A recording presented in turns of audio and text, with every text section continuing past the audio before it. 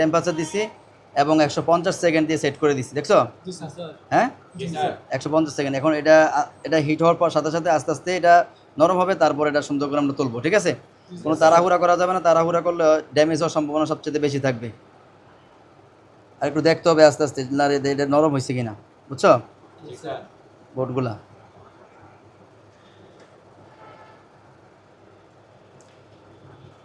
খুবই রিল্যাক্সে করবা, তাড়াহুড়ার কোনো কিছুই নাই, রিল্যাক্সে করবা।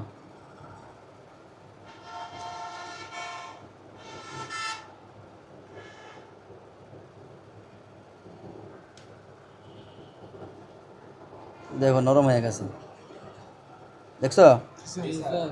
হ্যাঁ, তারপরে মেশিনটা আমরা অফ করে দিলাম। অফ করে দেওয়ার সাথে সাথে কি হলো, এখন মেশিন আর হিট হবে না, ঠান্ডা হয়ে যাবে, বুঝছো?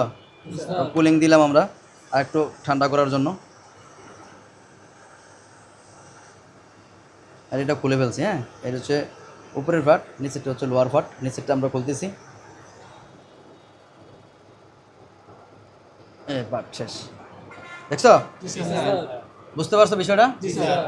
আস্তে ধীরে রিল্যাক্সে খুলতে হবে, কোনো রকমভাবে যেন ড্যামেজ না হয়। বা ফোনের বোর্ড ড্যামেজ হলে কিন্তু শেষ। এই যে প্রত্যেকটা লেয়ারে লাইন আছে, এগুলো লাইন যেন কোনো নষ্ট না হয়, প্রত্যেকটা পিনে যেন সুন্দর থাকে, ভালো থাকে। হ্যাঁ, এগুলো